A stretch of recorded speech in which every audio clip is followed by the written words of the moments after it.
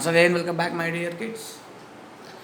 Again, just we are going to start the chapter number 12 of NCERT Science for 10th standard. Electricity is the name of the chapter, but what is the importance of the chapter? I already told you in the last two introductory classes. Actually, that was not the start of a class, it's only some basics regarding the concepts of physics, electrical physics, okay, electricity and electrostatics are some special part of physics which deals with charges and all. So that's the problem with the physics. If you want to learn it very well, okay, sorry I didn't introduce myself. Mithun Raj from Kerala, Cochin, Kerala, signing in from this part of the world. And I didn't ask you also, how are you, my kids? I hope all of you are fine. Anyway, the situation here is still under not control. Lots of rain, thunderstorms, landslides, natural disasters are there. Very, very difficult situation for the peoples here. Anyway, in my village and all, the things is very safe. Anyway, leave it. That's not our part. Our part is what? Our part is electricity. The biggest chapter of 10th standard science, and a very tough, I cannot say, a bit more conceptualized study is needed for this one. For biology and chemistry, it's simply by reading the textbook you can understand it. Even though there is no explanation from an expert, it will be easy for you to understand biology and chemistry. Just read it 2 or 3 times, it will be easy. Otherwise, there is a lots of notes regarding science. If you read that, if you by heard that also, you will get the marks. But the problem in electricity is, first you must guess the concept of that subject. Okay, it's a bit applicable level chapter in life process and all. And most of the other chapters in biology, the questions will be direct. But in this particular subject, what is the cause is that the cause is questions will be applicable level questions, because what all things we are seeing in around our society, that is we are going to study in this chapter. Anyway, electricity, you know what it is. Mostly in this chapter we will go with what is electrical current. Okay, what is electrical current? The base things you already know. What is electrical current? The rate of flow of charges is called as current, and this current flows because of the movement of free electrons inside the material. Next one we will study about electrical potential. Potential, it's a bit more tough than electric current. Okay, potential means the difference of charges between two places. Okay, electrical potential is mostly we are counting electrical potential in volt. Okay, voltage, actually potential difference means nothing called as voltage. You heard about voltage in your home, right? Sometimes the voltage will be high, sometimes the voltage will be less. Okay? That difference between the power of current is called as electrical potential or potential difference, or simply we can say volt. Next, one simple law is there, Ohm's law. Regarding Ohm's law, there will be numericals will be there to solve. It's also a bit more important. V is equal to IR, a equation regarding voltage, resistance and current. Okay, resistance and all what you will study again in this chapter. Resistivity means the capability of a particular material to stop the flow of current. Okay, resistivity, property of a particular material to stop the resistivity of a current. Conductivity means, conductivity is not given here, but that is also there. Conductivity means the property of a material to make flow of the current very easily. Conductors will have high conductivity, insulators will have high resistivity. Okay, then comes resistance in series. So there is different types of circuit connections and there that will be discussed here. Resistance means that particular resistivity, the property of a material to give resistivity, that is called as resistance. Okay, for example, in your home, there is some resistivity for your bulb, for your fan, for your AC, for your fridge, Why? Because when current passes through that particular home appliances, a bit amount of current is used by that particular home appliance. Okay, the fan. What is the use of it? Current flows to the fan and the fan rotates and gives us cool air. Because that much energy is converted into that wind energy inside that fan. Means a common fan has a particular amount of resistance. That means it is using out some amount of current. That's why I told it all. This chapter is about basics and all. Concept, lots of concept will come. Heating effect of electric current is nothing. Have you ever seen or ever experienced that after a lot of time, if you touch the electrical appliances, it will produce some amount of heat, isn't it? A great example we can see your iron box, okay, or your electrical heater. Isn't it simply current passes through that? It will give us what? It will give us heat. And with that heat we are using to iron our clothes and also cook the food. We are not using iron to cook the food, we are using electrical heater to cook the food. Okay, so there's a particular property of current. Okay, whenever these not current, sorry, a particular property of metals. Okay, certain metals are there. Whenever electricity is passed through that metal, what will happen? It will become hot. That's a very good application in the modern life, because we can use electricity for a lots of purpose. Next one is electric power. It's another thing. Means the how much power means what? What's the same meaning? Power. That energy of electricity is called as power, and that we are measuring in watt. W-A-T-T, watt, or simply we can write it as W.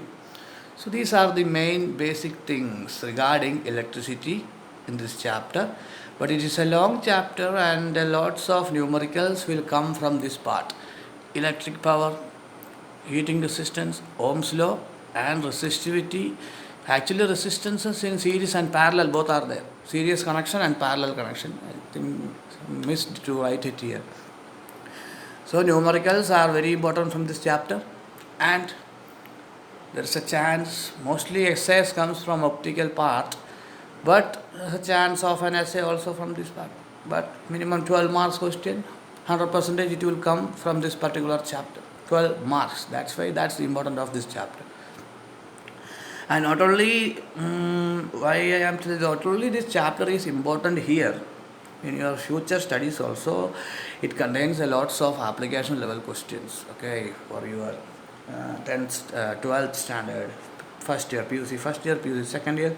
If you are going for electrical engineering, everything is regarding electricity. Okay, electrical engineering. And not only that, in other cases, mechanical engineering also, you cannot even study mechanical engineering without electrical circuits, isn't it? Even if you are going for aeronautical engineering, okay, study of plane and all, still you have to study about this electrical circuit. So, if you are choosing scientific or technological side, electricity is a very, very important part. So this is the base, this is the primary concept of electricity you are going to study in your 10th standard. And anyway, it is a part of your 10th standard syllabus. You must go thoroughly through this entire syllabus and try to score full marks. Full marks is a big problem with this chapter, but if you work hard, you will get it. Okay, first we can go with the basics. Notes I will give you regarding this chapter. I am 100% sure that all the students won't be able to answer the entire questions of this chapter by understanding the concept, because for some students physics means it is impossible to study. Okay, how much time I have seen a lots of students from different parts, different schools. So for them, it will just give an option that what you want to do. If you want to get marks, okay, you want to understand the theory, understand the concept, you must go through the entire textbook. But the notes which I am giving, it contains almost all the question answers expected from this chapter. Okay, only that numericals, that problems which will come, will be different. The problems won't be different, the method will be same, but the values, it will be different. Okay? If you by heard that everything means you will get marks, 100% you will get marks for exam. Don't worry about that. I am not telling that it is very difficult to score full marks for this chapter. The entire notes, if you study means, it is fine. And this slide also I will give, it also contains a lots of applicable level questions. If you by heard that, then also you will get the marks. But I am as I am telling this to the students who want to opt for this technical field, especially regarding physics. If you are going for physics, there is nothing you will study without motion or without classical mechanics and electricity.